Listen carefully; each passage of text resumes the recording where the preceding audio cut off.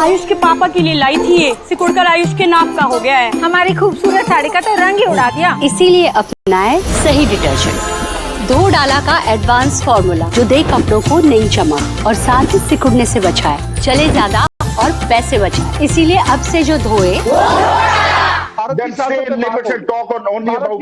बात करो। Don't call the PTA fascist party. You should not be criticizing Pakistan. I will not tolerate this. I will not tolerate this.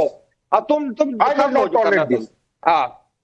तुम्हारा पता है, basically you are research analysis मुझे भी पता है, मुझे भी पता है, मुझे भी पता है। तो फायदा कोई नहीं ना, आपस में लड़ के इधर क्या तो क्यों बात कर रहे हैं? भारत में बात करो, उसको कह रहे हैं आप मेरी पार्टी में बात करेंगे, मैं रिस्पॉन्ड करूंगा। आप बात करेंगे, मैं रिस्पॉन्ड करूंगा। मैं पाकिस्तान का मुकदमा लड़ने आया हूँ, आपका मुकदमा लड़ने नहीं आया यहाँ। आप नहीं लड़ रहे, पाकिस्तान का मुकदमा मुझे पता है कौन लड़ रहा है यहाँ पे। मैं आपको लड़ने नहीं दूंगा जिस तरीके से आप लड़ते हैं। जी जी, बात है एससीओ पे रही, तरीके से आप लड़ते हैं।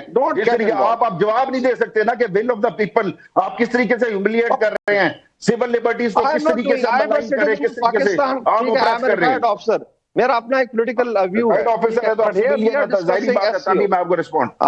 We are discussing SCO. Don't get involved into petty politics. उसमें अपने उस दायरे में रहें, मेरी तरफ ना आए। मेरी तरफ आएंगे तो मैंने तो बात ही नहीं की। मैंने तो बात ही नहीं की। क्यों? नहीं, you started it. You started it. Yes. Where did I start? Where did I start? It is a fascist party. मैंने पॉलिटिकल डायनेमिक्स की बात की, पॉलिटिकल कल्चर की बात की, मैंने पॉलिटिकल कल्चर की बात की, मैंने उस की बात की जो इमरान खान। चलिए आरएसएस पे बात करो। चलिए मैं आ गया, नहीं उसी फ्रेम में जरा मुझे बीच में रखिए। एक मिनट रुक जाइए, रुकिए। अब ये हकीकत है, सुनिए ब्रिगेडियर वकार, भारत का अब आप सुनिए सर, सुनिए। ये हकीकत देख ली दुनिया ने, आपके मुल्क ने भी देख ली, हमारे मुल्क ने भी देख ली कि अब्दुल समद याकूब ने थोड़ी सी सच्चाई क्या बोली, आपको चुभ गई। नहीं चुभने की ब्रिगेडियर वकार, ये सच्चाई है। आपके यहाँ के जनरल्स ने आपके मुल्क का ज्यादा बेड़ा करके किया है। मैं नेताओं को आपके यहाँ की क्लीन चिट नहीं दे रहा हूं, लेकिन तानाशाही, सत्ता चाहिए, करप्शन चाहिए, आर्मी बिजनेस ज्यादा करेगी। मुल्क को हिफाजत, मुल्क को महफूज रखने की बजाय तो यही होता है। और आप शायरी से शुरुआत कर रहे थे, 2 लाइन सुनिए फिर मैं मुकीम पर जाता हूं। नाम तुम्हारा पाकिस्तान, सुनिए, नाम तुम्हारा पाकिस्तान पर इरादे नापाक है। आतंक की जड़ें बोकर सपने झूठे साकार हैं। मिलते हैं 2 पाकिस्तानी तो भी एक दूसरे पर वार करते हैं, और हिंदुस्तान पर जब आते हैं तो भारत के जाबाज हिसाब चुकता करते हैं। तो ये भी सुनिए, तो बहुत शायरी का शौक है। मुकीम को लाइए फ्रेम में। मुकीम अहमद, देखिए एक सच्चाई है, और वो सच्चाई पाकिस्तान की आज इस शो में दिखी है पिछले 2 मिनट में। इसके बाद कर्नल राठौर आपके पास आता हूं। शैम डेमोक्रेसी इस वक्त भारत। आप एक सेकंड मुझे इजाजत देते हैं। देखिए आपने वो जमहूरियत की बात की, इंडिया की, तो उसको मैं सलाम पेश करता हूं। उसकी वजह यह है कि आपके 30 चीफ मिनिस्टर्स में से 12 के ऊपर एडीआर की रिपोर्ट के मुताबिक मर्डर, किडनैपिंग और रेप तक के चार्जेस हैं। मुबारक हुआ। अब आगे चलते हैं। आप कह रहे थे एजेंडा बड़ा भारी है नरेंद्र मोदी का, और शहबाज शरीफ का एजेंडा कोई नहीं है। वो जनाब जो एजेंडे का टॉप इशू है वो ऑक्साई चीन को सरेंडर करना है, तो ये भी मुबारक हो आपको। और कुछ बात आप अगर कहना चाहते हैं तो वो भी कह दें। मैं पूछ रहा हूं, आपने कहा ना सर केस वेस की बात, अब बताइए जरा पाकिस्तान के कितने नेताओं, कितने पीएम को पद छोड़ना पड़ा है करप्शन में चार्ज की वजह से? तो हर जगह हुआ है। और कितनों को फांसी पर लटका दिया ना। आप कहते हैं ना क्या, तो आपके यहाँ तो गांधी को ही मार दिया गया था। फिर वही बात है। नहीं वही बात क्यों है? अरे क्यों नहीं वही बात है भाई? तुम पे पैरा जाता, अपनी मर्तबा तुम पे पैरा जाता। मुकीम साहब को चोट लगी, रतन शारदा जी बापू को मार दिया। मुकीम साहब को चोट लगी है, रूल कर रही है रतन Sharda ji. RSS is ruling today, वो किल्ड गांधी। यार एक कहावत है, मैं रतन शारदा जी के पास इस कहावत को कहकर जाता हूं कि सूप हंसे तो हंसे, चलनी भी हंसेगी जिसमें 72 छेद है। बोलिए रतन शारदा जी। देखिए पाकिस्तान का सारी राजनीति खून से भरी हुई है। उनके पहले प्राइम मिनिस्टर से लेकर कितने लोगों के राजनीतिक कैरियर खत्म हुए, कितने जेल में मरे, कितने गोलियों से मरे, सबको पता है। हमारी बात ना करें। देखिए पहले जो दो लोग आए थे यहाँ पर, उन्होंने बड़ी सादगी के साथ, बड़ी ईमानदारी के साथ में स्वीकार किया कि ना तो इनके यहाँ डेमोक्रेसी है, ना इनका ये सेफ है, क्योंकि मिलिट्री शासन करती है। आपने देख लिया कि मिलिट्री वाले ने अपोजिशन वाले को बोलने नहीं दिया।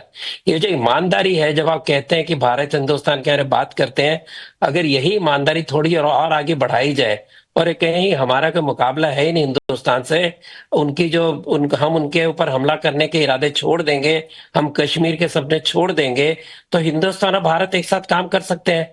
आज हिंदुस्तान दुनिया में सबसे टॉप के देशों में है, जिसके साथ दोस्ती और दुश्मनी दोनों भारी पड़ते हैं। और पाकिस्तान की पोजीशन क्या रहेगी, मैंने पहले भी कहा था। तो अगर आपको अपना स्तर उठाना है, तो किराए के अपने मकान, किराए की दुकानें लोगों को बांटने की बजाय, कभी चीन, कभी अमेरिका, कभी टेररिस्टों को, तो आप प्लीज अपने आप को सुधारें, और तभी आपको पता चलेगा दुनिया में आपके कोई स्थान बनेगा, वरना आपका कोई स्थान है ही नहीं। आपने बलूचिस्तान की बात की, आपने जबलपुर पर कब्जा किया, आपके जो हुक्मरान थे उन्होंने उसका एग्रीमेंट साइन किया, हमला नहीं करेंगे, उन्होंने पे कब्जा कर लिया। वो तो अपनी आजादी के लिए लड़ रहे हैं, उनसे क्या मुकाबला आप करेंगे। और आपका देखिए, ट्रंप की बात कर रहे हैं, ट्रंप को आपने क्या क्या बेचा बताइए। और आपने कहा लौट के बुद्धू घर को आया, कौन आया? वही ट्रंप को आप गाली दे रहे हैं जिसने 6 महीने पहले आपको टेररिस्ट स्टेट कहा, जिसको उन्होंने भिखारी स्टेट कहा। आज वो कह रहे पाकिस्तान मेरा सबसे अच्छा दोस्त है। आपका कहना है कि ट्रंप लौट के बुद्धू घर को आया, तो आपका मुबारक हो। हम तो बराबरी से बात करते हैं, चाहे चीन हो, चाहे अमेरिका हो, चाहे रशिया हो। और उसमें एक और चीज बात है रतन शारदा जी, मैं जाता हूं कर्नल राठौर के पास, और मुकीम अहमद ये कहते हुए कि लौट के बुद्धू घर को आए, थोड़ा समय रुकिए, क्योंकि अभी अमेरिका में भी भारत पर जो टैरिफ लगाए ना सर, इसको लेकर बहुत बड़े मतभेद खुलकर सामने आ गए हैं। तो अभी 2-4-5 महीने रुक जाइए, हो सकता है यही कहावत आप पर भारी पड़ जाए और ऊपर चटाक से पड़े, तो ये भी स्थिति हो जाएगी कर्नल राठौर। क्योंकि अमेरिका के जो ट्रेड ऐसा है, उन्होंने भी ये कहा है कि ये सब कुछ ट्रेड डील का प्रेशर खेल चल रहा है। Eventually India and America will come together, यानी ये दोनों साथ आएंगे ही आएंगे। फिर ये जो कहावत मारी ये मुकीम ने, ये कहावत इन्हीं पर पड़ने वाली है। सुनिए, मैं बहुत छोटे, मैं बहुत ही संक्षेप में, होल्ड ऑन, मैं बहुत ही संक्षेप में अपनी बात कहूंगा। पहली बात मैं एक लाइन कहूंगा, ये सारे पाकिस्तान के जो मेरे मेहमान हैं उनके लिए, ध्यान से सुनिएगा, सोचिएगा। भारत ही एक ऐसा मुल्क है दुनिया में जो पाकिस्तान के फौजी हुक्मरानों से बात नहीं करता है। बाकी आप साहब जाइए, पूरा यूरोप बात करता है, जो मन में आता है कि उन्हें पसनी चाहिए, उनको गवादर चाहिए, उनको वो चाहिए, वो बुला के ले लेते हैं। चीन भी आपके हुक्मरानों से बात।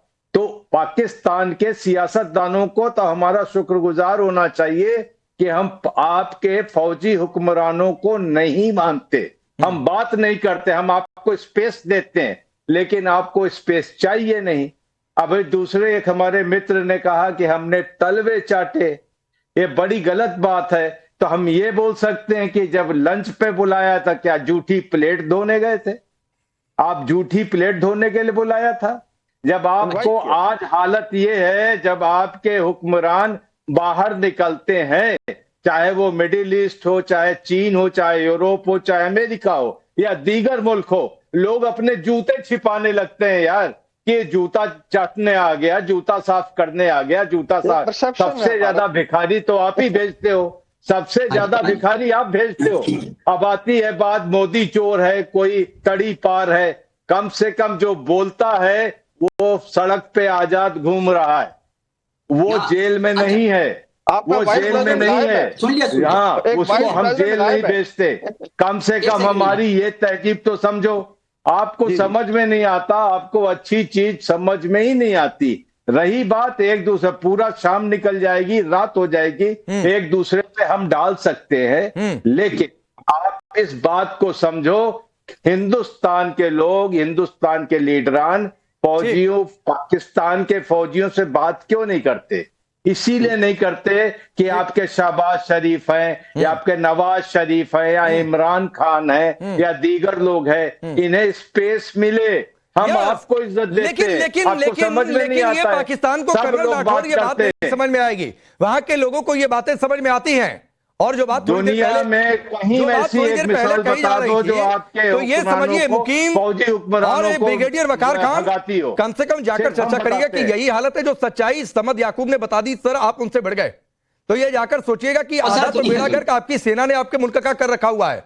तो ये हकीकत है। और ये मानिए कि अगर कल पुतिन मिलते हैं और एक आरआईसी मंच जो 90 के दशक में हुआ करता था, अगर वो एक्टिवेट करने पर आखिरी मोहर कल लग गई, तो ये मानिए कि भारत की दुनिया की जो अर्थव्यवस्था है उसका 1/3 भारत, रूस और चीन मिलकर होंगे।